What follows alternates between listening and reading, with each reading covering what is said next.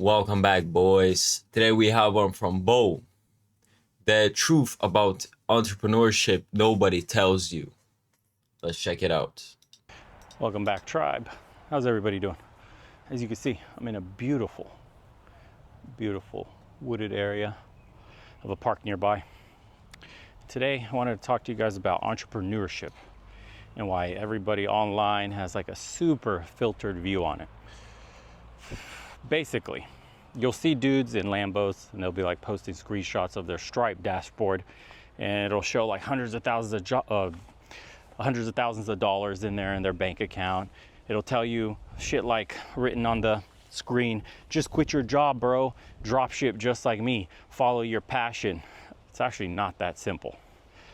This video specifically, I want to tell you kind of like the pitfalls of entrepreneurship, but I'll tie it in at the end of why it's still at least worth a try. Okay, I know it's not for everybody, but especially in the economy we have today, I think it at least warrants that you give it a shot once in your life. Besides the Instagram reels, besides the pure chaos that's, actually in the day-to-day of living the life of an entrepreneurship, some things I could relate to was when I first started, everyone was like, be your own boss, this and that, financial freedom. That's kind of a lie. You're actually not your own boss. Anybody who runs a business can tell you that. You're technically everybody's bitch. That's the truth. You're the customer's bitch. You're the investor's bitch. Your team's bitch. In financial freedom, technically financial free fall without a parachute if it all goes wrong. That's the brutal truth. Entrepreneurship is like being in an abusive relationship with hope itself. Some days are great. Some days are just downright awful. You'll wake up thinking every day, like, I hope this is different. Today will be different. And then reality slaps you in the face. And the funny part of all that is you could actually start liking it. Like it becomes kind of like a rush, almost like an addiction. And that's when you know you're too far gone. Nobody tells you about the 3 a.m. anxiety and panic attacks when you're checking your bank account, just like your Tinder matches when you're on the market. The ones where you realize you spent 6 months building something nobody wants. That sucks. Everybody's got a product. And everybody says, like, your product is revolutionary. At least that's what they think. And most of the time, it's dog shit. People are just too polite to say it, but the numbers actually don't lie. And then there's the loneliness. That's an absolutely trash situation in and of itself. Your friends stop calling because all you talk about is your startup. I've had that happen. Your family thinks you're delusional. Your girlfriend is now your ex-girlfriend, right? She left when she figured out that we're gonna make it talk was actually we're 3 ramen packets away from absolutely bankruptcy, having nothing. And the pivot, that's just corporate speak for everything I did the last year was pretty much worthless. That's also something they don't want to tell you. Try explaining this to your parents, for example. Hey mom, remember the tech company I was building? Well, now we're making organic dog treats. It's this new stuff on the market. Everybody wants them now. It's horseshit. Side note, God, this is absolute. It smells amazing in here. Summer in Europe's actually really nice. What was I saying? Yeah, anyway, that kind of shame though, seriously, when you fail on your dream, that shit does hit hard, dude. It's like hearing China banning Bitcoin again, so your heart starts to sink. Plus, everybody's an expert when you fail too.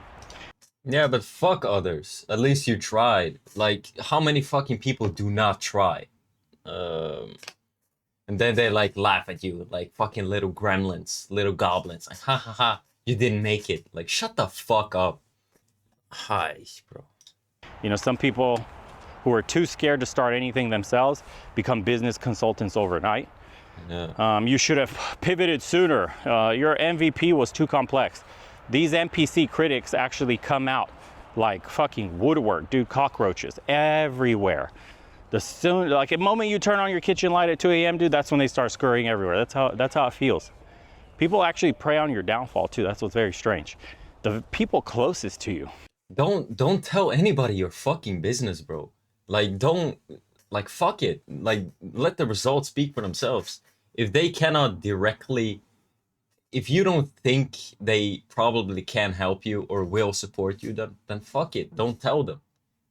Like it's like I like to think about like dreams and ambitions like flowers. It's like imagine in this world there was the most beautiful flower and the world knew about it. What would happen then? Bro, immediately somebody's fucking boot would crush it. Like it would be crushed, bro. So hide your most fucking precious flower, bro. Protect that shit. That's kind of my opinion on it, but You know, you'll hear shit about like the burn rate, for example. That's MBA speak for how fast are you bleeding money day to day. And to be honest, when you're a startup, you bleed money every single day. Okay, you bleed fast. Faster than some YouTubers when they switch to some spicy topics. Say something stupid and they lose their audience, technically. And the moment you think you raise enough money, you have to multiply that by 3. That's another reality. You have no idea just how expensive this can get with things you would have never thought you would have needed for your business to succeed. But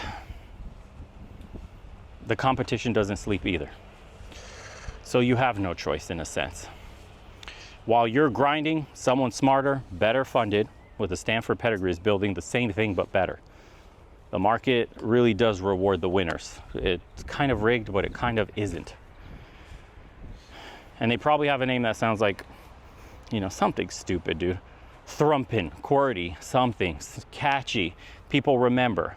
And marketing is almost 100% of the issue half the time, technically. Some people have really great ideas, but they never launch or get off the ground because marketing sucks, because the company name sucks, because, I don't know, it's like a million things.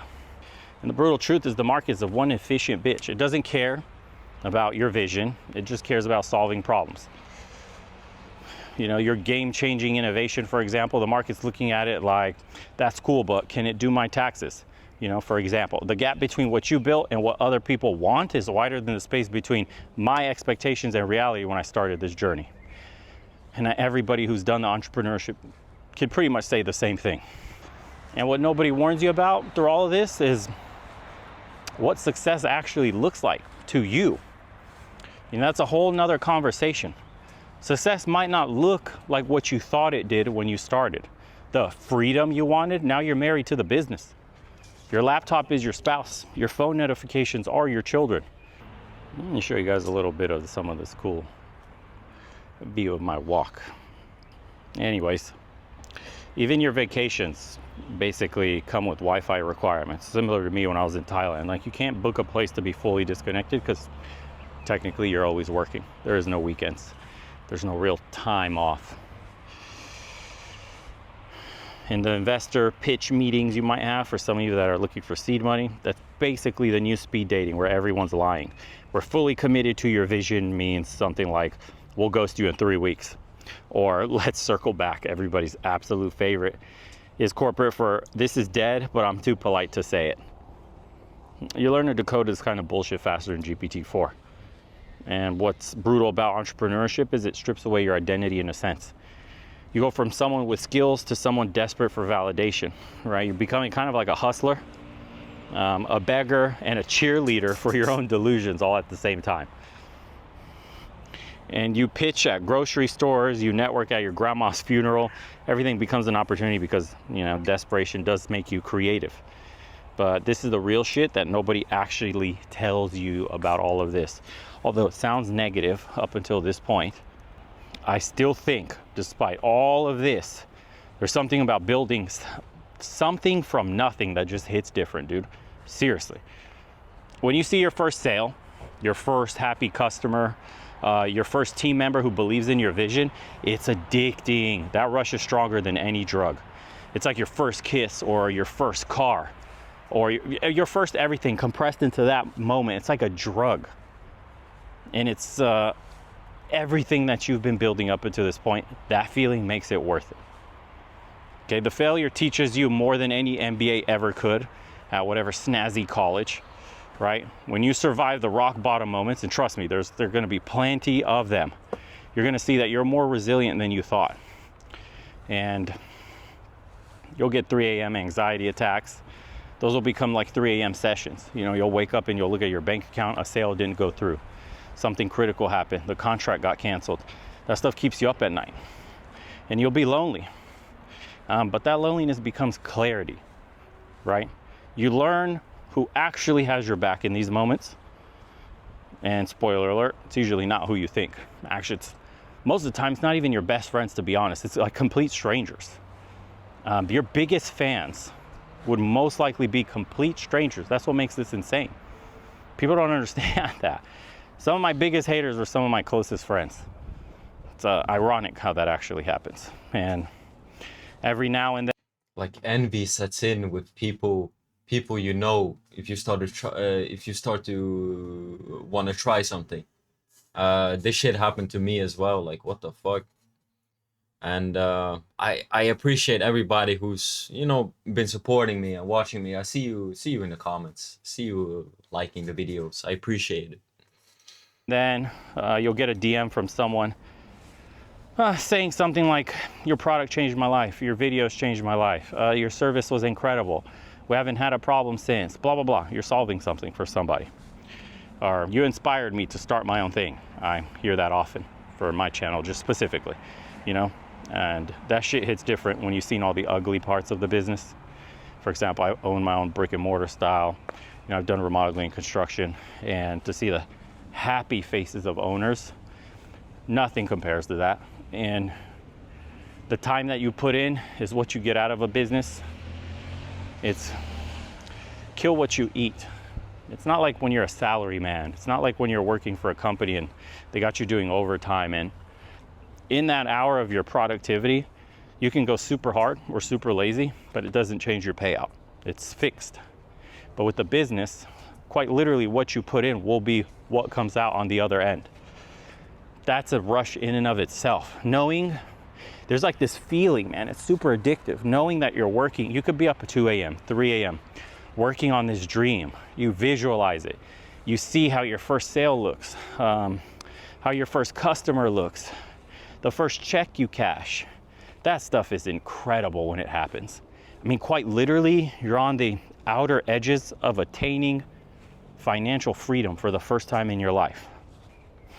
And it's not, I'm just not trying to say it's all roses, because the journey sucks.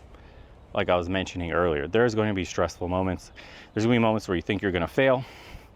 And entrepreneurship will probably fuck you up. It will. I'm not even joking. Okay? But so will never trying. All right? So will staying in the job that you fucking hate and can't stand. Like, imagine being at the job and you watch the clock more than your bank account. The job that you hate, still wondering, what if for the rest of your life? What if I had just tried? What if I would have succeeded? I can't live life without knowing. At least. No, bro, becoming like an old dude that never did anything and like that regret, bro. They become bitter, so fucking bitter. I could never. At least for me, the attempt was worth the failure, because the alternative was being stuck at the job I hated. I hated my job. I didn't get paid much. My boss took advantage of me. Every extra dollar I brought into the business, he practically kept for himself. I didn't get any percentage of that. And everybody knows what it's like to work for a company that doesn't value them. It's a huge problem today. We're treated as just a number that could be cut if it makes financial sense for the company, when it does, if times are hard. There's no loyalty. So I see entrepreneurship as loyalty to yourself. At least attempt. I'm not promising you'll succeed, right? And not everybody needs to be an entrepreneur. Most people probably shouldn't, you know, but if you have the itch, if that voice is in your head and it doesn't shut up about building something, just try it, dude. Just go in with your eyes open. Give it a shot. Know you're gonna get hurt. Know it's gonna test everything about yourself, right? Everything you know about yourself is gonna get tested in this. But, you know, the secret that nobody tells you is that the journey changes you in ways that matter more than the destination itself. Who you become as you're trying to attain success in entrepreneurship, your small business, whatever it is that you're launching, a product.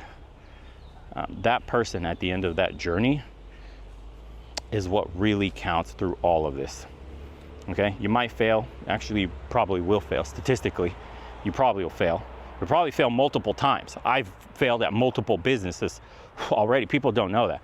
They think like I had a one and done attempt. It's not how it works at all. But you will fail forward is what they call it. You'll be closer to who you actually want to be than who you are sitting in the cubicle worried about what you might have been. Think about that, you know? The market doesn't need another half-hearted attempt either, guys. It doesn't need another safe idea. What it needs, I would say, it's somebody that's willing to look at the brutal truth and say, I'm still gonna swing for it. Give it a good old college try, as they say. You know, because I don't think the risk is failure in itself. I think the real risk here, woodpecker just smashing up a tree. I think the real failure is never knowing who you actually are if you don't try and what you're really capable of. So yeah, I think to close this out, entrepreneurship, brutal. Yes, that's true. Unfair, that's also true. Is it rigged against you? It is a system. I wouldn't say rigged fully, but it's a system designed to break most people who try. That's true. Okay, and if you're not one of the ones who make it through, the person you become is worth every minute of the struggle. Every failure, every 3 a.m. crisis, it's a massive growth spurt in somebody's life, right? Just don't, this is the most important thing I could tell you for those who are going to attempt this. Don't fucking quit your day job until you've got something real. That's the actual advice nobody gives you, okay? Also, don't wait until everything's perfect either. That's also big. Perfect is the enemy of done. Repeat that in your head a million times. And done is what separates dreamers from doers. That's exactly the path I followed. I think that's probably one of the golden eggs in entrepreneurship is have a normal job, get a normal paycheck. Once your side hustle, side business surpasses, or at least equates what your salary is from your job, then you can quit. Then you become 100% dedicated to your business, and that's when the massive growth spurt will begin. And that's when the life-changing, what would you call it? Transformation, where you actually become financially free. That stuff, it's amazing, but I've seen too many videos on Instagram, whatever, TikTok shorts, YouTube, wherever it is that you're watching stuff about like Grindset, mindset, entrepreneurship. Some young 20-year-old is showing like, you know, his Stripe dashboard, like I mentioned earlier, it's got hundreds of thousands of dollars. He's selling some fucking random product, you know, or drop shipping some shit on Amazon, and you're looking at it like, how the fuck is this guy doing that? And you start thinking shit like, should I just quit my job and go in this, like all in? The answer is no. Don't ever quit your job until you already have income coming in. I did the same thing. I was working on my business on the side. I was working for another company. Every extra time I got off work, I worked on my business. And then it started producing just enough money that I broke even with my salary. Once I broke even with my salary, or to the point where I felt like all bills were paid, I quit and invested 100% in my business. And that 100% commitment exploded. And my life was changed forever. I went from I dropped out. I dropped out of college. I was going to school in California. I went back to Atlanta, Georgia. I had a $50 a month diet. That was my budget because I was so broke. I was depending on college loans. And I was eating store brand peanut butter jelly. I tell this story often to you guys. And I would buy the store brand peanut butter and then the store brand 2-pack sandwich breads. Those thin sliced white American breads, the cheapest one you could get. That's what I was surviving on. Breakfast, lunch, and dinner, I'd make the fattest PBJs. That was it's now my comfort food. I eat that because I love it, but that was my survival back then. And an opportunity came up for me to work for a remodeling construction company in Atlanta. I took it. I dropped out of college. The entire time I was working for that company, I was learning the ins and outs of being a, quote, project manager and working on developing my business on the side. I was getting hands-on experience at the company and applying everything I was learning, taking in all the meetings, seeing the problems the owner was dealing with, and then learning from his mistakes and all the issues he was dealing with, so I wouldn't have to pay for those same mistakes. And sure enough, once we got listed on Google, Once we started getting some referrals, some word of mouth, it took off. And I went from, you know, there's a lot in between of having to learn how to draft contracts, you know, getting insured and bonded, a million of having to talk to lawyers, accountants, how to set up the corporation, LLCs, and all this stuff. And, you know, I had no idea about any of that stuff when I wanted to start a business. I just went for it. And I figured I'll solve every problem as it comes. I'm not going to have the answers to everything, neither will you. And there's questions you don't even know that are about to come up that you wouldn't even have thought of asking yourself. So within, like, I would say 6 to 8 months, if you could believe this, I went from peanut butter jellies to I was affording $1,000 steaks. I would eat at this restaurant in Atlanta that has like the only Wagyu beef. And I remember like one plate is like $300. And so if you go there with the date, you're spending $600 on just the plate. Then you have the drinks plus the appetizers, all this stuff. You're gonna get to the point where it's easily $1,000, if not more. And they charge by like the ounce. It was like 50 something dollars an ounce for that Wagyu. So if you wanted a nice thick steak, you're paying $500, $600, $700. It's fucking wild. And I bought a Porsche. I bought my dream car. You know, I still remember my father's face when I drove the Porsche onto the driveway and he saw the car for the first time. And it was like a prideful moment, like, damn, his son made it. And that feeling, dude, you can't replace that with anything in the world. It was worth all the stress. It was worth the 100-hour weeks plus slaving away, no friends. I had no contact with almost anybody, just working on the business, no partying, no drinking, no dicking around with anybody. And that's what it took. If you look around at my life now, would I say, was that worth it? I say that was like one of the most influential and best decisions I've ever made in my life. That completely altered the trajectory of my entire life. That all led to everything here, including YouTube. YouTube's another one of those things, like, you derive this confidence from succeeding in one business, and then you start thinking about what other businesses could you start because you've already made it once. Imagine when you can get into that kind of mind state and be like, well, I already succeeded once at something. Why not just try this? And if I fail, well, I failed 10 other times at 10 other things, no big deal. Just keep trying different stuff until something succeeds. That's essentially the mentality you need. But remember, you just do this all within the time frame of you still holding down a real job that could pay your bills, because you got to eat. First and foremost, bills got to be paid. And until your business takes off to the point to replace that, do not quit. Don't listen to these influencers telling you to, like, oh, bro, just in order to succeed, you got to 100%, you got to give up your job and You got to sacrifice everything and quit your job and go all in. That shit is bullshit. We've seen this before too. Dudes quit their job and everything goes to shit. They don't make it and they have to go back. They have to go back to work and they get extremely discouraged. So, yeah. you got to get it in the mud and live on fucking dirt and eat grass and blah. No, you don't. For some, it might have worked, but for 99% of others, it doesn't work that way. So, hope you guys liked today's episode. Nice scenery here. If you want me to do more walk and talks like this. Great video. Entrepreneurship is like being in an abusive relationship with hope itself. Getting destroyed on your own terms is still better than succeeding under someone else's control. Yeah, I think a lot of people who do this, they just refuse to work or live for someone else's dream. It's like they just refuse to submit, and that's a good thing. It kind of just shows the human spirit, spirit of man. Most of you should keep your 9 to 5 while building a business.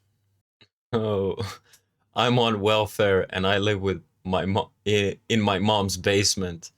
I'm my own boss. I do whatever I want all day. Life is good, bro. What the Real transparency. Competition is fun for me. I think that's the positive mindset. Everyone has a massive ego in business, and sometimes we gotta balance them as well as the checkbook. There are people who want us to win. That's why you're making these videos. You gotta have the passion. It's so much worse looking back in 10 years with regrets about what could have been. Leading the passion, leaving the passion as an idea, at the very least, that's definitely worth it. If you're halfway talented with enough freedom, no kids, etc., there, then it's worth taking the approach once. That's what's next for me. Thank you. You gotta, like, the thing is, people think like, oh yeah, like if I don't do this thing, I won't get hurt. You gotta watch out for that regret, bro, because that shit starts creeping. That shit started creeping with me, bro, and I'm only 21. I was like, fuck. I was supposed to do shit, but I never did it because I was too fucking lazy. Uh, Playing video games and fucking watching anime and shit. And that regret started to seep in. I was like, oh fuck. I'm one day 18, 19, and then I wake up and then I'm 21, and I'm like, what the fuck? I should have started 2 years ago. Should have started 3 years ago. So remember, there is no medicine for regret. That shit, like, it's a dangerous thing, man. Anyway, I hope you guys enjoy this one. Bo is great. I love the dude. I watched his main channel.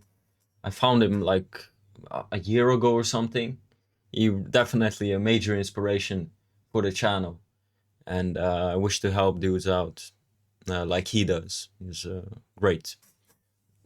Anyway, boys, I hope you enjoy this one. I catch you boys on the next one. Take care of yourself.